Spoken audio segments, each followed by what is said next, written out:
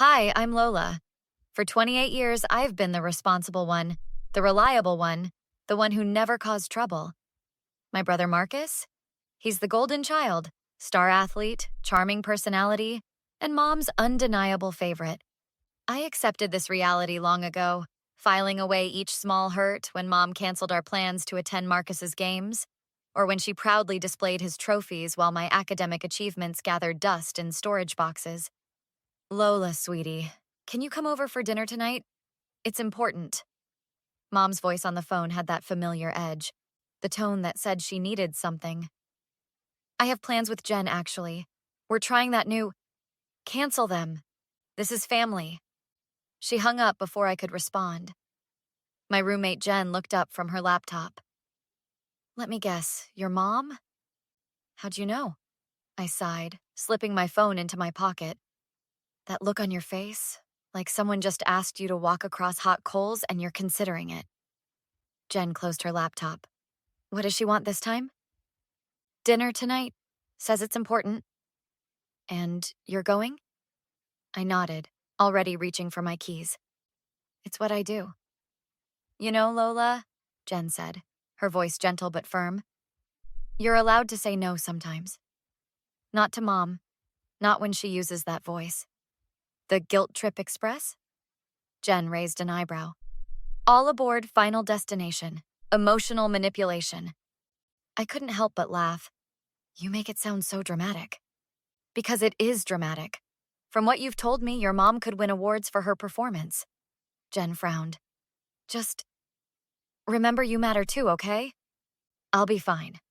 It's just dinner. It wasn't just dinner. Mom had prepared Marcus's favorite meal, pot roast with those little pearl onions I'd always hated. Dad sat quietly at the head of the table, his eyes focused on his plate. Marcus wasn't even there yet. Where's the golden child? I asked, helping Mom set the table.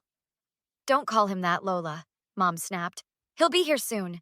He's coming straight from dialysis. My hands froze mid-motion. Dialysis? What are you talking about? Mom's eyes widened. I didn't tell you? Marcus's kidneys are failing. Both of them. Some rare condition the doctors can't explain. And you didn't think to mention this before now? I set down the plates with more force than necessary. It's been a difficult time, Mom said defensively. We've been focused on Marcus's care. Dad finally spoke up. Your mother's been at the hospital every day. We're all getting tested as potential donors. When were you going to tell me? I demanded. When the rest of you were eliminated as options? Don't be dramatic, Lola, Dad sighed. This isn't about you. The doorbell rang, saving me from responding. Marcus walked in, thinner than I remembered, dark circles under his eyes. Despite everything, my heart clenched at the sight. Hey, sis, he said, attempting his usual easy smile, but achieving only a ghost of it. You look like hell, I said, then immediately regretted my bluntness. Feel like it too. He slumped into his chair. But I hear you're here to save the day. I looked from Marcus to Mom to Dad. What does that mean? Mom bustled around, serving food no one seemed interested in eating. We've all been tested, Lola. Dad's too old and I'm not compatible. You and Marcus have always had the same blood type, remember? All those school forms I filled out. You want me to donate a kidney? It wasn't a question. It's just a test at first, Mom said quickly, to see if you're a match. Of course she'll be a match, Dad muttered.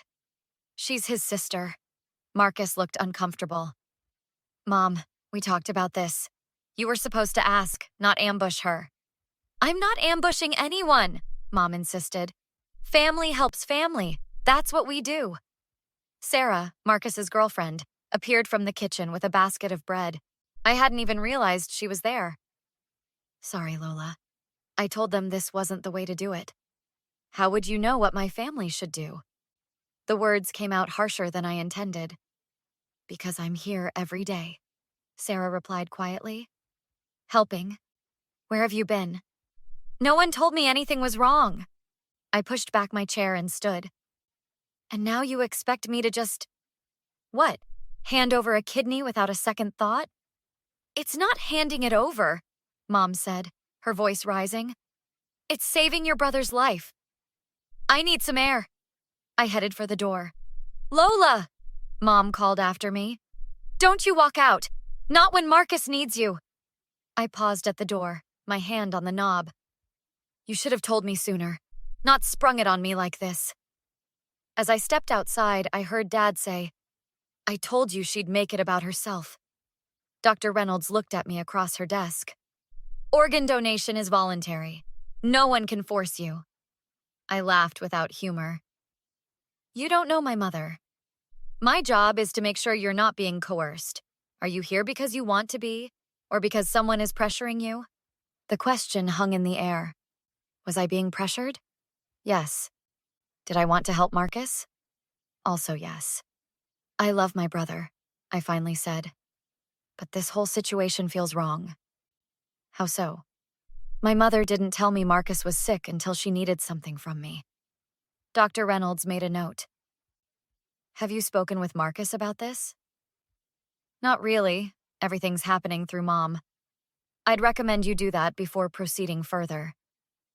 I drove to Marcus's apartment. Sarah answered the door. I need to talk to my brother. Alone. She hesitated. He's resting. It's okay, Sarah. Marcus called from inside. Marcus was on the couch, looking worse than at dinner. Did you know Mom kept your condition from me? I asked. I asked her to tell you months ago. Months? You've been sick for months? Almost a year now. He sighed. Mom said she didn't want to worry you. That wasn't her decision to make. I know. He looked regretful. I should have called you myself. I sat down. Why didn't you? Honestly, I was ashamed. Mr. Perfect finally failing at something. He attempted a laugh. And I guess I knew Mom would turn to you as a solution. I didn't want to put that on you. But you're okay with it now? Marcus looked away. I don't want to die, Lola. That's not fair. None of this is fair. He met my eyes. Look, if you don't want to do this, I understand. I've had time to make peace with things. What do you want, Marcus? Not what Mom wants. What do you want from me? He seemed surprised by the question. I want to live, he said slowly. But not at your expense. Not if it means forcing you. For the first time since this began, I felt like someone was actually seeing me. She's actually considering saying no, Mom hissed into the phone, unaware I had entered her kitchen. After everything we've done for her. I cleared my throat. Mom spun around, nearly dropping her phone. I'll call you back, she told whoever was on the line, then forced a smile. Lola, I didn't hear you come in. Clearly. I set my purse on the counter. What exactly have you done for me that obligates me to donate an organ, Mom? That's not what I meant. It's exactly what you meant. I opened her refrigerator, more to have something to do than because I wanted anything. Who were you talking to? Aunt Diane? Comparing notes on your ungrateful daughter? You're twisting my words. Mom crossed her arms. I'm worried about your brother. Is that so wrong? Being worried isn't wrong. Treating me like a spare parts warehouse is. That's a horrible thing to say. Is it? You didn't even tell me Marcus was sick until you needed something from me. I was protecting you. No. I slammed the refrigerator door. You were protecting your narrative that Marcus comes first. Always. Mom's face crumpled. That's not true. I love you both equally. Mom, please. Let's not add lies to everything else. Dad walked in, stopping short when he sensed the tension.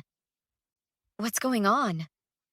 Your daughter is refusing to help her brother, Mom said immediately. I haven't refused anything, I countered. I'm still thinking about it. What's there to think about? Dad demanded. He's your brother, and I'm your daughter. Doesn't anyone care what this means for me? The risks? The recovery time? The fact that I'd be having major surgery that I didn't plan for or ask for? We care, Dad said, but his tone lacked conviction. Do you? Because all I hear is Marcus needs, Marcus wants, Marcus might die. Mom grabbed my arm. How can you be so selfish? I pulled away. It's not selfish to consider my own well-being. Dr. Reynolds says, Dr. Reynolds doesn't know our family, Mom interrupted. No, but she knows about organ donation. She says it has to be my choice without pressure. Of course it's your choice, Dad said, exchanging a look with Mom. We're just helping you make the right one. The doorbell rang. Mom went to answer it, returning with Marcus and Sarah. Family meeting? Marcus asked, looking around at our tense faces. Your sister's having doubts, Mom said. Marcus sighed. Mom, we talked about this. It's her decision. Easy for you to say when you're not the one who might die, Sarah muttered. That's enough, Marcus said sharply. All of you. This isn't a courtroom and Lola isn't on trial. Thank you, I said, surprised by his defense. I told you I'd respect whatever you decide, he continued. I meant it. Mom threw up her hands. So we just let you die? Is that what you want? What I want, Marcus said carefully, is for my family to stop tearing itself apart. This disease is killing more than just my kidneys. Mom started crying. Dad awkwardly patted her shoulder while glaring at me, as if I'd caused this. I've made my decision, I announced, surprising even myself. Everyone froze, staring at me. I'll get tested, I said. If I'm a match, I'll donate. But there are conditions. Conditions? Mom repeated incredulously. You're putting conditions on saving your brother's life? Yes, I stood tall. First, this is between Marcus and me. You two stay out of it. Dad started to protest, but I held up my hand. Second, I need acknowledgement that this is my choice. A gift, not an obligation. And third, after this, things change in this family. No more golden child and afterthought. We start treating each other with equal respect. Mom looked like she might argue, but Marcus spoke first. I accept those terms. He stepped forward and took my hands. Thank you, Lola. Not just for considering this, but for finally standing up for yourself. It's been a long time coming. I blinked back unexpected tears. Yeah, well, better late than never. 6 months after the surgery, Marcus and I sat in his backyard, watching Sarah arrange flowers for their upcoming wedding. How's the new kidney treating you? I asked, sipping my lemonade. Better than I deserve, he replied. The doctors say it's like it was custom made for me. Well, we did share a womb. I smiled, though I called dibs on the better organs. Clearly. He laughed, then grew serious. You know, I never properly thanked you. You've thanked me 1,000 times, Marcus. Not just for the kidney, for everything that came after, for helping me see what was happening in our family. I shrugged. I didn't do it for thanks. Why did you do it then? After everything? I considered the question. Because it was the right thing. For both of us. You needed a kidney, and I needed to find my voice. Sarah joined us, wiping dirt from her hands. Your mother called. She wants to know if we're still on for Sunday dinner. Marcus looked at me. Are we? As long as she sticks to the new rules. I had been firm about establishing boundaries with our parents. Weekly family therapy had been non-negotiable. She's trying, Sarah offered. Dr. Patel says these patterns take time to change. I know. I stretched, feeling the now familiar pull of my scar. But they are changing. That's what matters. My phone rang. Jen, checking in as she did every few days. How's Kidney Watch going? She asked when I answered. The kidney is thriving. Its owner is still annoying, but what can you do? Marcus rolled his eyes. And you? Jen pressed. How are you doing? I looked at my brother, at the color in his cheeks that had been absent for so long, at the wedding preparations that might never have happened. I'm good, I said, and meant it. Better than I've been in a long time. After we hung up, Marcus said, You know, Mom asked me something strange yesterday. She wanted to know if I remembered the time she missed your high school graduation for my regional track meet. What did you say? I told her I did, and that I'd always felt guilty about it, but never knew how to say so. I nodded, surprised. That's progress. She's making a list, he continued. Of all the times she thinks she favored me, she wants to talk about each one in therapy. That sounds painful. Necessary, though. He reached over and squeezed my hand. Some wounds need reopening before they can properly heal. Sarah called from the garden, asking for help with a stubborn rose bush. Marcus stood, but paused before walking away. Lola, I need you to know something. If our situations had been reversed, I'd have given you my kidney in a heartbeat. Not because Mom would have expected it, but because that's what family should be. Not what ours was, but what it can be. What we're making it now. As I watched him join Sarah among the flowers, I felt the weight of old resentments continuing to lighten. The journey wasn't over. There would be difficult conversations and setbacks ahead. But for the first time, I believed we were all walking it together. Dad called that evening. "Your mother's making pot roast on Sunday," he said, his voice gruff with unspoken emotion. "With the pearl onions?" I asked. "No?" A pause. "She remembered you don't like them. She's making those glazed carrots you used to ask for instead. A small thing. A beginning." "Tell her I'll bring dessert," I said. "And Dad, I love you."